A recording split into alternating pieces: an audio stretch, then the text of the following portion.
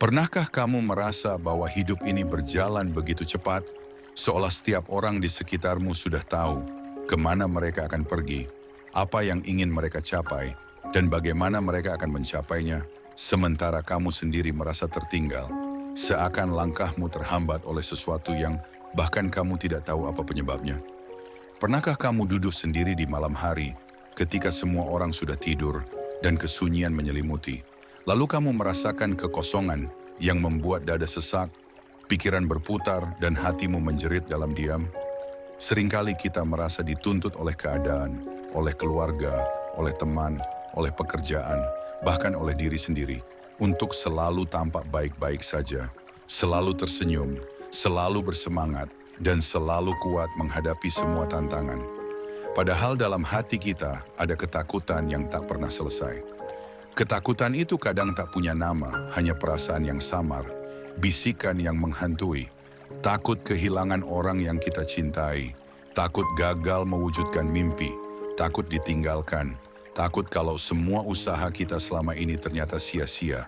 Dan anehnya, rasa takut itu jarang datang dengan teriakan, melainkan justru muncul saat kita diam, saat kita sendirian, saat kita mencoba menenangkan diri, tapi justru terjebak dalam pikiran sendiri, meragukan diri, mempertanyakan hidup, dan menyesali banyak hal yang sudah kita lalui. Inilah yang membuat kita merasa semakin tertinggal. Bagaimana jika selama ini kita salah memahami rasa takut yang kita rasakan? Bagaimana jika rasa takut bukan musuh yang harus kita hindari atau lawan habis-habisan, melainkan panggilan yang menuntun kita untuk berhenti sejenak, menoleh ke dalam diri, dan menanyakan apa yang sebenarnya kita rasakan, apa yang kita cari, dan apa yang kita butuhkan untuk merasa aman. Apa jadinya jika di balik rasa sesak di dada yang sering kamu rasakan sebelum tidur, ada pesan penting yang selama ini belum kamu dengar? Pesan yang mungkin menjadi kunci untuk memahami apa yang benar-benar kamu butuhkan dalam hidup. Di video ini, kita akan membahas rasa takut dan kecemasan dengan cara yang berbeda. Bukan untuk dilawan atau dihindari, tetapi untuk dipahami dan diajak bicara. Karena hanya dengan memahami rasa takut, kita bisa menjadikannya sebagai pintu untuk menemukan kekuatan batin yang selama ini kita cari. Pastikan kamu menonton video ini sampai selesai, agar kamu tidak kehilangan makna penting dari pembahasan ini. Dan jangan lupa untuk subscribe channel ARS Pandangan Hidup, agar kamu tidak ketinggalan video-video lain yang membahas perspektif hidup, kecemasan, rasa takut, dan cara memahami diri sendiri. Tinggalkan juga komentar tentang pengalamanmu menghadapi rasa takut, agar kita bisa saling belajar dan saling menguatkan, karena kita semua sedang belajar untuk memahami diri kita sendiri di tengah dunia yang terus berubah dan menuntut kita untuk selalu terlihat baik-baik saja. Sebelum kita masuk lebih dalam, mari kita sama-sama menyadari satu hal yang sering kita lupakan. Menjadi manusia berarti kita akan selalu memiliki kerentanan. Kita tidak diciptakan sebagai makhluk sempurna yang mampu mengendalikan segalanya, tetapi kita seringkali memaksakan diri untuk selalu tampak tangguh.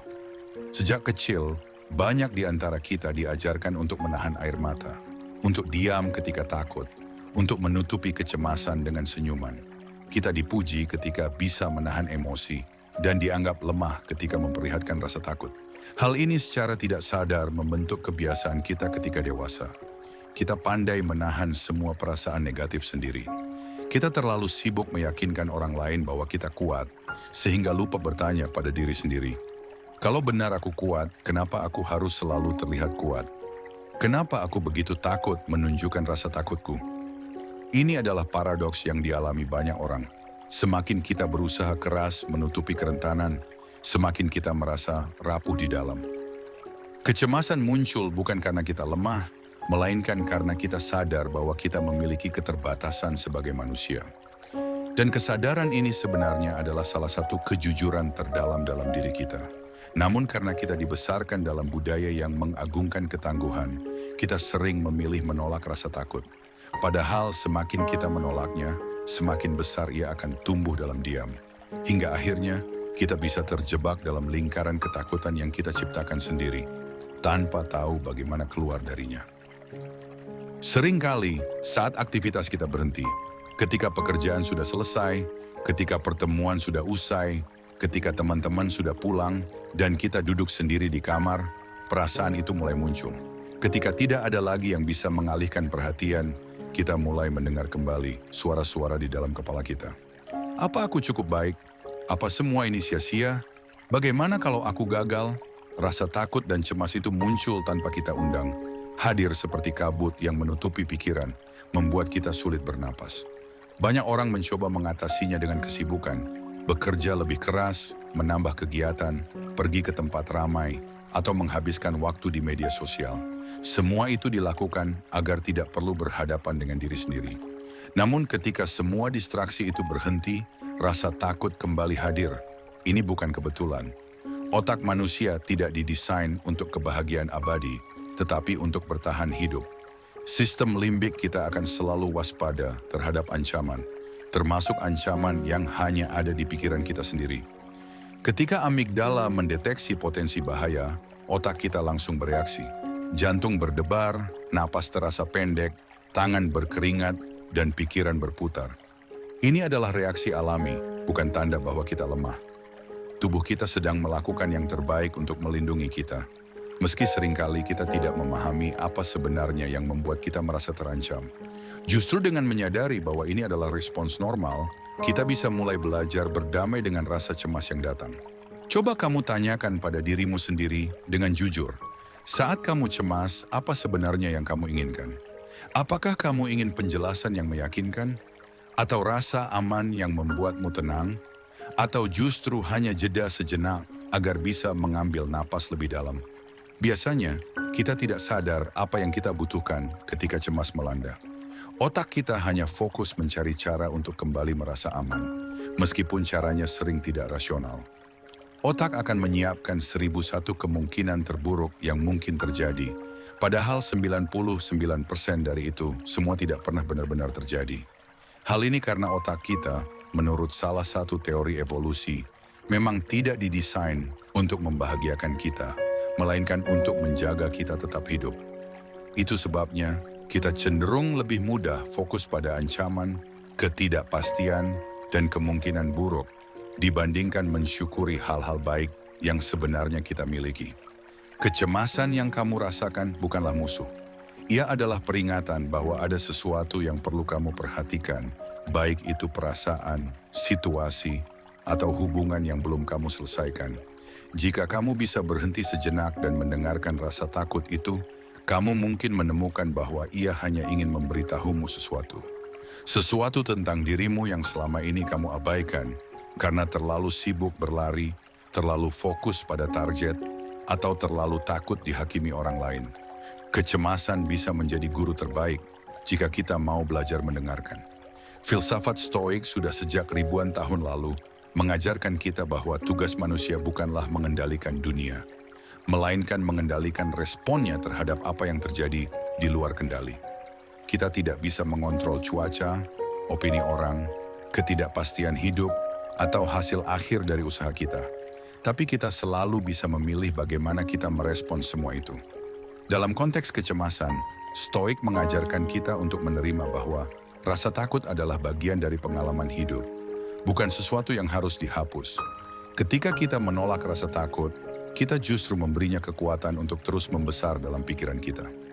Sebaliknya, ketika kita mau duduk bersama rasa takut, mengakuinya dan membiarkannya ada, kita perlahan mulai memahami pesan yang ingin disampaikannya. Dari sanalah kita bisa mulai menemukan ketenangan, karena kita berhenti melawan hal yang tidak bisa kita hilangkan. Namun masalahnya tidak hanya datang dari dalam diri. Kita hidup di zaman yang terus-menerus menuntut kita tampil hebat dan terlihat produktif. Media sosial membuat kita membandingkan diri dengan orang lain yang seolah selalu bahagia. Tempat kerja menuntut kita terus berkinerja tinggi. Lingkungan sosial sering memaksa kita untuk berpura-pura baik-baik saja, padahal hati kita sedang berantakan. Semua ini membuat kita semakin sulit untuk jujur pada diri sendiri, apalagi pada orang lain. Kita terjebak dalam lingkaran penyangkalan yang melelahkan. Budaya modern, terutama di perkotaan, semakin memperkuat kebiasaan untuk menyembunyikan kerentanan. Kita terbiasa memamerkan pencapaian, tetapi tidak pernah diajarkan cara berbicara tentang kegagalan atau ketakutan kita. Akibatnya, banyak orang menjadi ahli dalam menampilkan wajah bahagia, tetapi menyimpan badai di dalam dada. Kita menjadi generasi yang mahir mengambil foto tersenyum, tetapi menangis diam-diam di kamar. Yang lebih berbahaya, kita menganggap semua ini wajar. Kita menganggap bahwa menunjukkan rasa takut sama dengan kelemahan, sehingga kita memilih untuk menekan emosi itu sedalam mungkin. Padahal semakin kita menekan kecemasan, semakin besar kemungkinan ia muncul dalam bentuk yang lebih destruktif. Penelitian dalam bidang psikologi menunjukkan bahwa represi emosi dapat meningkatkan kadar kortisol, hormon stres yang berpengaruh pada kesehatan fisik kita. Ini menjelaskan kenapa orang yang terus-menerus memendam emosi negatif lebih rentan mengalami sakit kepala, gangguan tidur, tekanan darah tinggi, hingga gangguan pencernaan. Tubuh kita menyimpan apa yang pikiran kita abaikan. Oleh karena itu, alih-alih terus menekan rasa takut, kita perlu melatih diri untuk mengakui keberadaannya. Mengaku bukan berarti menyerah, tetapi membiarkan diri memahami apa yang sebenarnya kita rasakan. Hanya dengan memahami, kita bisa mengurai satu persatu simpul kecemasan yang membuat kita sesak. Dan dengan cara itu pula, kita bisa mulai membangun keberanian yang sejati, bukan keberanian palsu yang hanya terlihat di permukaan. Bayangkan seorang anak yang tumbuh di keluarga yang tidak memberi ruang bagi rasa takut. Ketika ia mengekspresikan kecemasan, ia dibilang manja.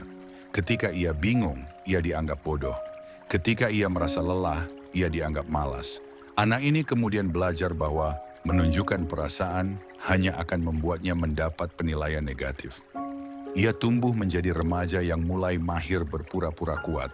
Ketika ia dewasa, keterampilan ini membantunya tampil percaya diri di dunia kerja, tetapi di saat yang sama menjeratnya dalam kebiasaan menekan emosi. Ketika menghadapi tekanan dan tuntutan tinggi, ia tidak berani meminta bantuan karena takut terlihat tidak kompeten. Ketika mulai merasa gelisah, ia mengalihkan diri dengan bekerja lebih keras, bukan berbicara dengan orang yang dipercaya. Akhirnya, tubuhnya mulai mengirimkan sinyal protes.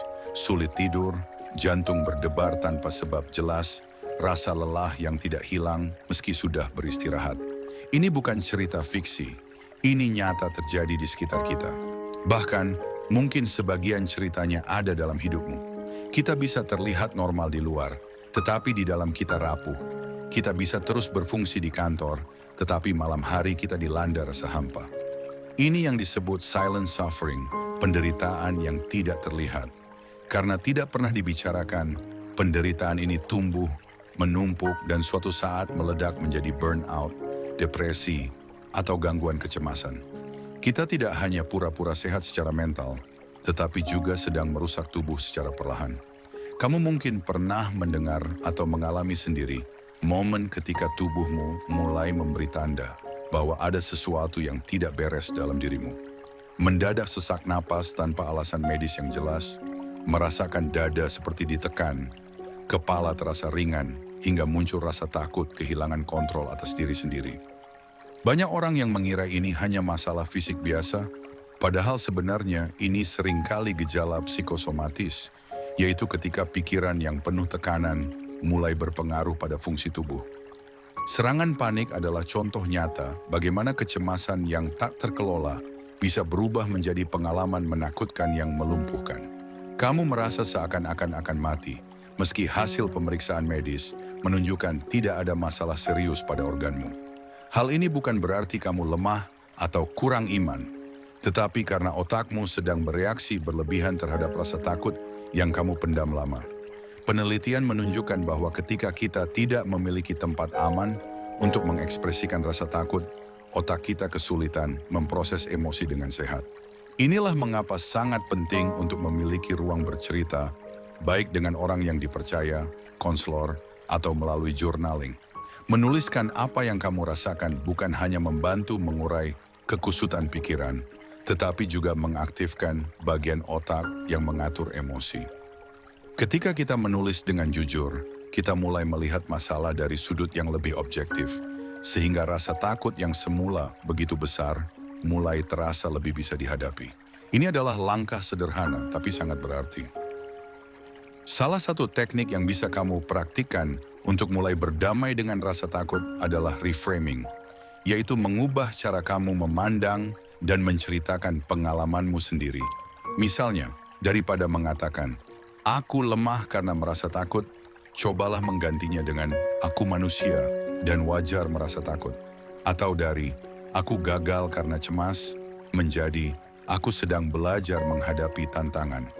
Teknik ini tidak menghilangkan rasa takut secara ajaib, tetapi membantu kita berhenti menilai diri secara keras. Ini juga membantu mengurangi perasaan malu yang seringkali membuat kita terjebak semakin dalam. Reframing ini sudah lama digunakan dalam terapi kognitif dan terbukti efektif mengurangi intensitas kecemasan karena membantu otak melihat rasa takut sebagai bagian normal dari kehidupan. Selain itu, kamu juga bisa mencoba latihan pernapasan ketika merasa cemas. Menarik napas dalam-dalam, menahan sebentar, lalu menghembuskannya, perlahan bisa membantu mengaktifkan sistem saraf parasimpatis yang bertugas menenangkan tubuh.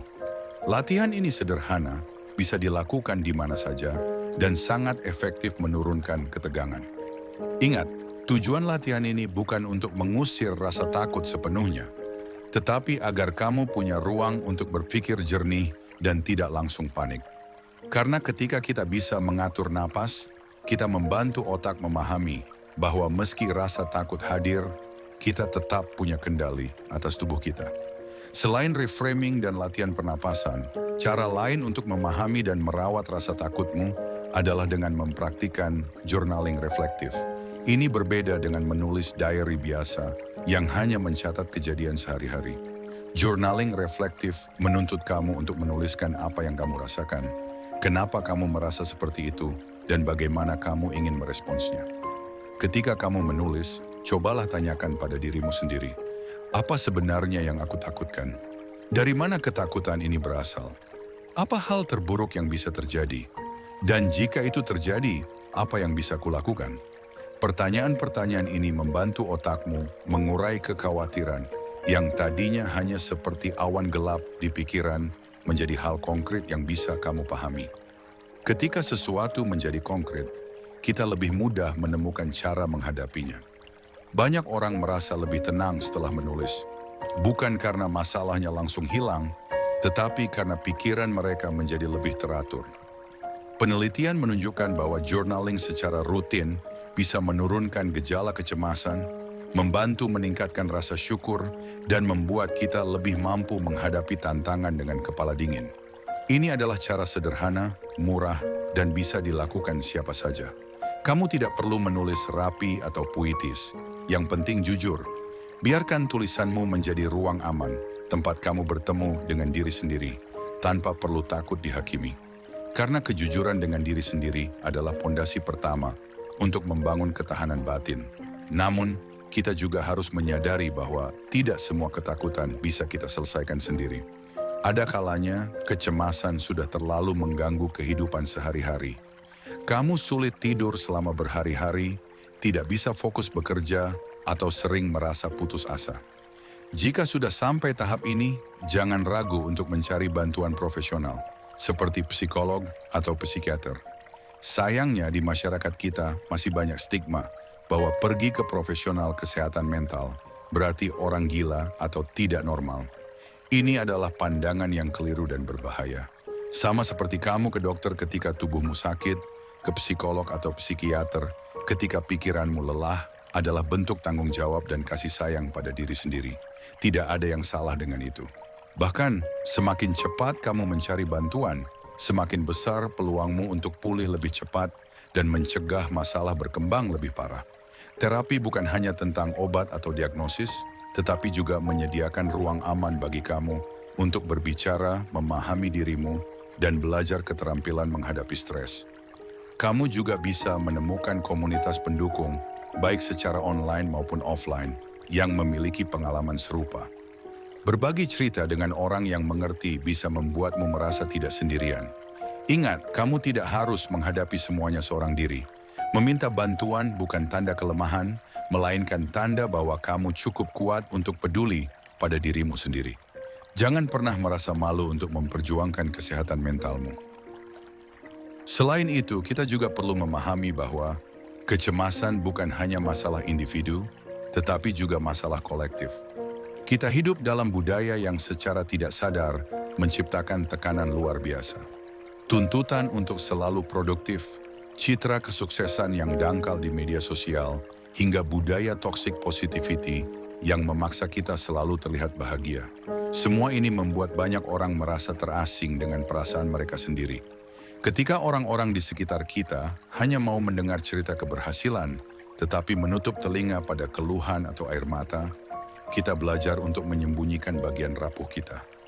Budaya seperti ini harus diubah, dimulai dari lingkungan kecil kita, keluarga, pertemanan, tempat kerja. Jadilah orang yang memberi ruang aman bagi orang lain untuk bercerita tanpa takut dihakimi. Dengarkan dengan penuh perhatian, bukan hanya untuk membalas tetapi untuk benar-benar memahami. Kadang kita tidak perlu memberi nasihat atau solusi, cukup hadir dan mendengarkan. Ini adalah bentuk empati yang sederhana, tetapi sangat berarti bagi orang yang sedang berjuang dengan rasa takutnya. Ketika kita mulai menciptakan budaya saling mendukung, kita membantu mengurangi kesepian kolektif yang menjadi pemicu banyak masalah mental. Karena pada akhirnya, manusia adalah makhluk sosial. Kita semua butuh merasa didengar dan diterima apa adanya. Bukan hanya ketika kita sedang baik-baik saja, tetapi juga ketika kita sedang terpuruk. Itulah makna kemanusiaan yang sesungguhnya. Dalam perspektif spiritual, banyak ajaran agama, termasuk Islam, mengingatkan kita untuk menyerahkan hal-hal di luar kendali kepada Tuhan. Ketika kita sudah berusaha sebaik mungkin, tetapi masih merasa gelisah karena takut akan hasil, disitulah latihan ikhlas dibutuhkan. Ikhlas bukan berarti pasrah tanpa usaha, tetapi menyadari keterbatasan kita sebagai manusia dan mempercayakan yang terbaik kepada Tuhan. Ini bisa menjadi sumber ketenangan luar biasa, karena kita tidak lagi merasa harus mengontrol segalanya. Dalam doa, kita bisa mengungkapkan rasa takut yang tidak mampu kita bagi dengan siapapun. Doa menjadi medium untuk menenangkan hati, karena kita merasa tidak lagi menanggung semuanya sendiri. Banyak penelitian menunjukkan bahwa orang yang memiliki praktik spiritual yang sehat, apapun agamanya, cenderung lebih resilient dalam menghadapi tekanan. Mereka merasa ada pegangan yang lebih besar dari diri sendiri. Namun penting diingat bahwa spiritualitas bukan pengganti upaya nyata seperti terapi atau konsultasi medis, tetapi bisa menjadi pelengkap yang sangat kuat. Ketika kita menggabungkan usaha lahir dan batin, kita memiliki peluang lebih besar untuk bangkit dari rasa takut dan kecemasan yang selama ini mengekang. Karena itu, jangan pernah ragu untuk menyeimbangkan upaya jasmani dan rohani. Keduanya bukan hal yang saling meniadakan, tetapi justru saling melengkapi demi kesehatan jiwa yang lebih utuh. Selain aspek spiritual dan usaha pribadi, kita juga perlu belajar mengenali tanda-tanda awal ketika kecemasan mulai mengambil alih. Banyak orang baru menyadari mereka mengalami gangguan kecemasan ketika kondisinya sudah parah. Padahal sebenarnya, tubuh dan pikiran kita selalu memberi sinyal lebih dulu.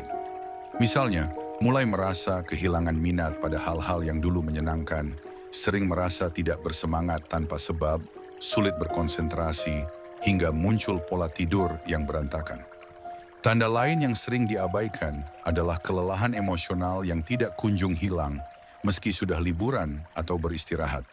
Ini bukan hanya masalah lelah biasa, tetapi tanda bahwa pikiranmu sudah terlalu lama menanggung beban. Kesadaran terhadap tanda-tanda ini penting karena semakin dini kamu mengenali, semakin mudah kamu mengambil langkah untuk mengatasinya sebelum berkembang menjadi gangguan yang lebih serius. Kamu bisa membuat catatan harian suasana hati, mood tracker, untuk melihat pola naik turun emosimu. Jika mulai merasa cemas setiap hari, kehilangan motivasi, atau merasa putus asa, itu sudah saatnya kamu berhenti sejenak dan mengevaluasi apa yang sedang terjadi dalam hidupmu.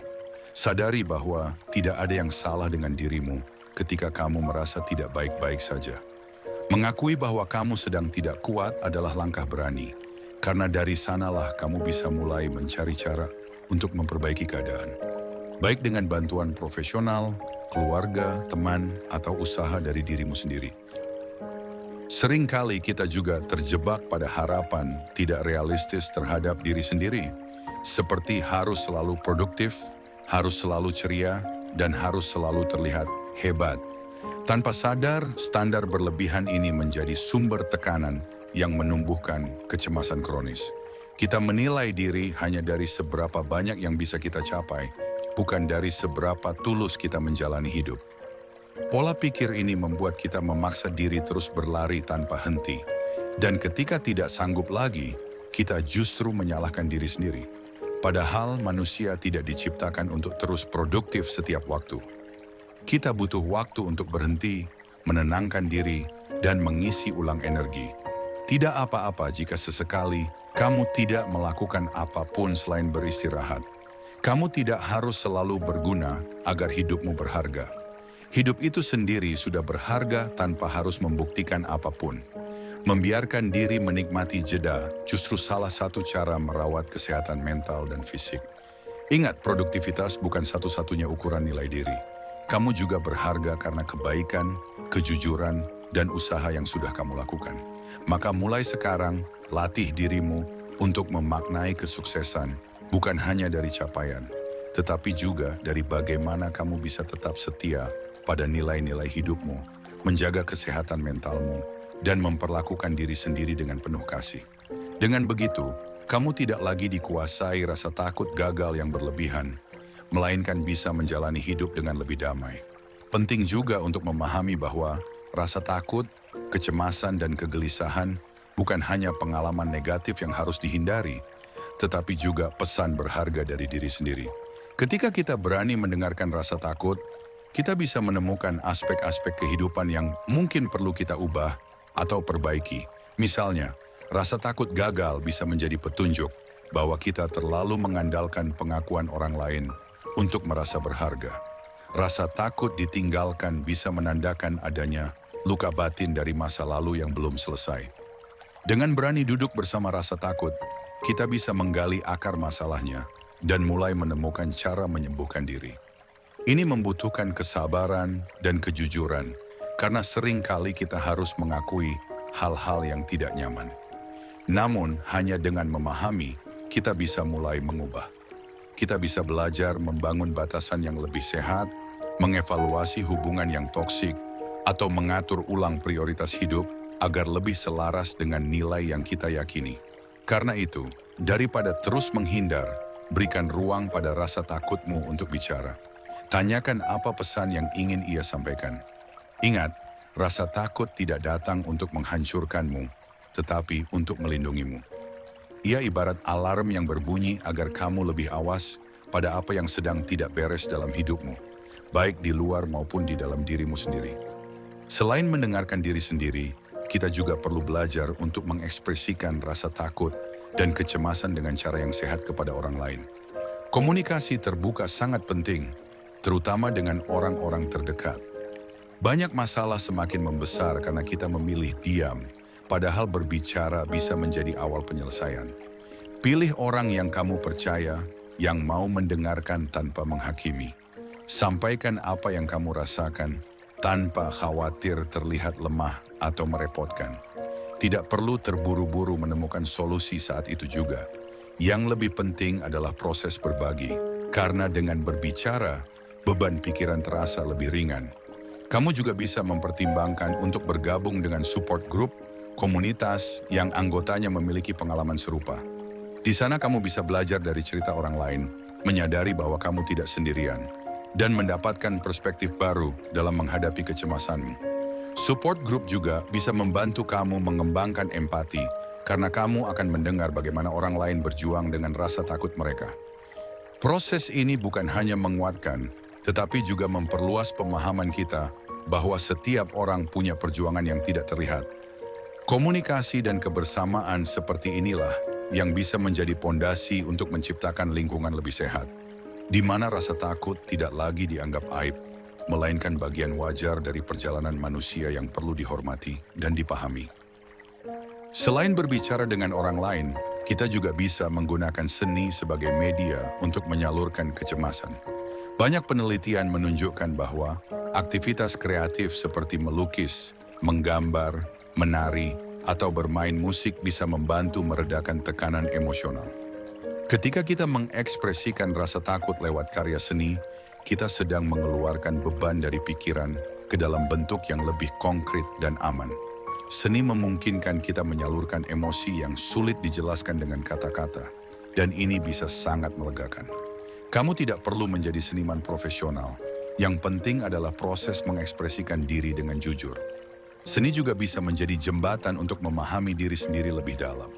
Saat melihat kembali karya yang kamu buat, kamu bisa menemukan pola perasaan, mengenali sumber ketakutan, atau menyadari hal-hal yang selama ini terpendam. Banyak terapis juga menggunakan seni sebagai metode dalam terapi, yang dikenal dengan art therapy. Ini terbukti efektif, membantu mereka yang sulit mengungkapkan emosi secara verbal. Jadi, jangan ragu mencoba melukis di kanvas, menulis puisi, atau menari di kamarmu ketika rasa takut mulai datang. Biarkan kreativitasmu menjadi saluran aman untuk membebaskan diri. Selain membantu mengurangi kecemasan, kegiatan seni juga bisa meningkatkan kepercayaan diri. Karena kamu akan merasa bangga ketika berhasil menciptakan sesuatu dari apa yang kamu rasakan, meski hanya untuk dirimu sendiri. Hal lain yang tidak kalah penting dalam menghadapi rasa takut adalah merawat tubuh secara fisik. Kesehatan mental dan fisik saling terkait erat. Ketika kamu kurang tidur, pola makan berantakan, jarang bergerak, tubuh akan lebih rentan mengalami ketegangan, dan ini memperburuk kecemasan. Olahraga teratur terbukti bisa membantu menurunkan hormon stres dan meningkatkan hormon endorfin yang membuat kita merasa lebih tenang. Kamu tidak perlu langsung berlari maraton. Cukup jalan kaki 30 menit sehari sudah bisa memberikan efek positif. Selain itu, perhatikan juga asupan makanan. Makanan tinggi gula dan kafein bisa memicu kegelisahan pada sebagian orang. Cobalah menggantinya dengan makanan bergizi yang kaya vitamin B, magnesium, dan omega-3 yang sudah terbukti mendukung kesehatan otak. Jangan lupa cukupi kebutuhan tidur, karena tidur adalah waktu bagi otak dan tubuh untuk memulihkan diri. Tidur yang cukup bisa meningkatkan kemampuan kita mengelola emosi dan menghadapi tantangan sehari-hari. Jadi, jangan abaikan kebutuhan dasar tubuhmu hanya karena sibuk bekerja atau mengejar target. Merawat tubuh bukan hanya soal penampilan, tetapi juga tentang menyediakan fondasi yang kuat agar pikiranmu lebih stabil. Ketika tubuh sehat, kita lebih punya energi untuk menghadapi rasa takut. Karena kita tidak lagi bertarung dengan kelelahan fisik yang bisa membuat kecemasan terasa berlipat ganda. Selain perawatan diri secara fisik dan mental, salah satu hal yang sering terlupakan adalah membangun rutinitas harian yang seimbang. Rutinitas bukan berarti hidup yang kaku, tetapi pola aktivitas yang memberi rasa aman dan keteraturan bagi otak.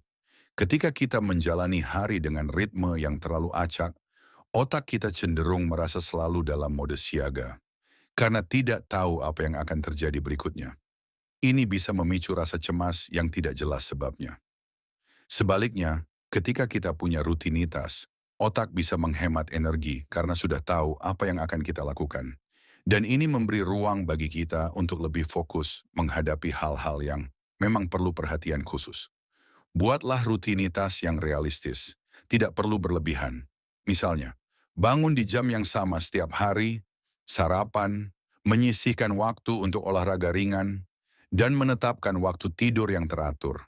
Sertakan juga momen untuk diri sendiri, seperti membaca, meditasi, atau aktivitas santai lain yang kamu sukai. Rutinitas juga bisa membantu kita merasa lebih produktif tanpa harus memaksakan diri, karena setiap hal sudah ada tempat dan waktunya. Ini akan sangat membantu meredam rasa takut yang muncul karena merasa hidup kacau. Rutinitas adalah salah satu bentuk kasih sayang pada diri sendiri. Dengan jadwal yang lebih teratur, kamu memberi sinyal pada otak bahwa hidupmu berada dalam kendali, dan ini bisa membantu menenangkan sistem saraf yang rentan terpicu saat kecemasan datang. Selain membangun rutinitas, penting juga untuk belajar mempraktikkan mindfulness atau kesadaran penuh pada momen sekarang. Banyak rasa takut dan kecemasan tumbuh karena kita terlalu fokus pada masa depan yang belum tentu terjadi atau menyesali masa lalu yang tidak bisa diubah. Mindfulness mengajarkan kita untuk kembali ke saat ini, merasakan apa yang sedang kita alami tanpa terburu-buru menghakimi. Praktik sederhana seperti menyadari napas, merasakan kaki menapak di tanah, atau memperhatikan detail di sekitar kita bisa membantu menenangkan pikiran yang sibuk. Ketika pikiran mulai berkelana ke kekhawatiran, kita bisa mengingatkan diri dengan kalimat sederhana. Saat ini aku aman, saat ini aku baik-baik saja. Kalimat afirmasi seperti ini bisa menenangkan sistem saraf. Banyak penelitian membuktikan bahwa mindfulness efektif menurunkan gejala kecemasan dan stres kronis. Kamu bisa mulai dari sesi singkat 5 sampai 10 menit sehari, lalu perlahan menambah durasinya sesuai kenyamanan. Aplikasi meditasi juga bisa membantu kamu belajar dengan lebih terstruktur. Ingat, tujuan mindfulness bukan menghapus rasa takut, melainkan belajar hidup berdampingan dengannya, tanpa membiarkannya mengambil alih. Dengan latihan konsisten, kamu akan semakin mampu melihat rasa takut hanya sebagai salah satu bagian dari pengalaman manusia, bukan sesuatu yang harus mendikte seluruh hidupmu. Ini adalah keterampilan yang sangat berharga untuk dijaga sepanjang hidup.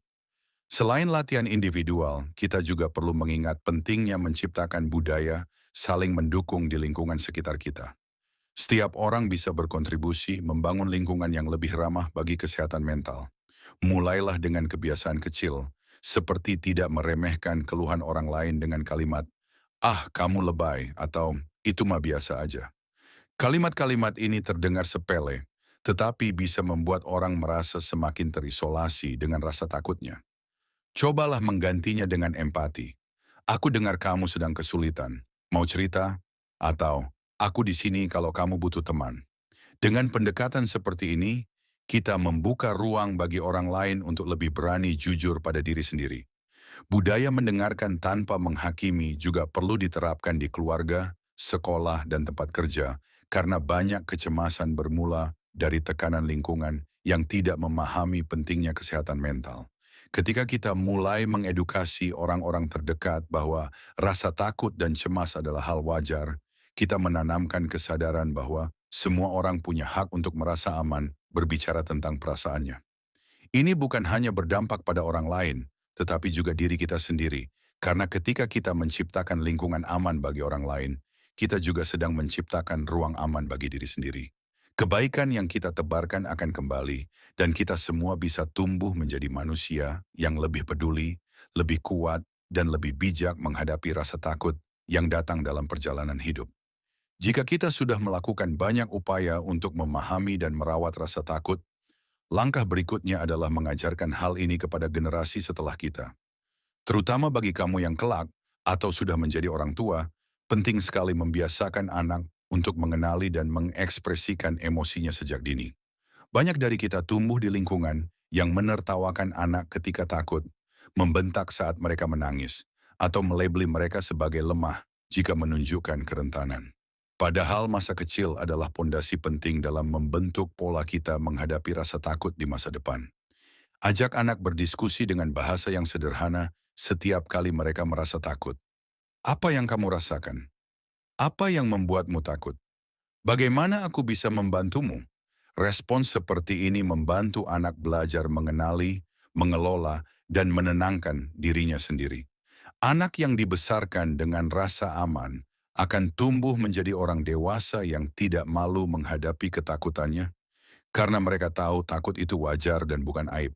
Sebaliknya, anak yang tumbuh di lingkungan yang menolak emosi akan cenderung menyembunyikan perasaannya, dan ini menjadi bibit kecemasan yang bisa terbawa sampai dewasa.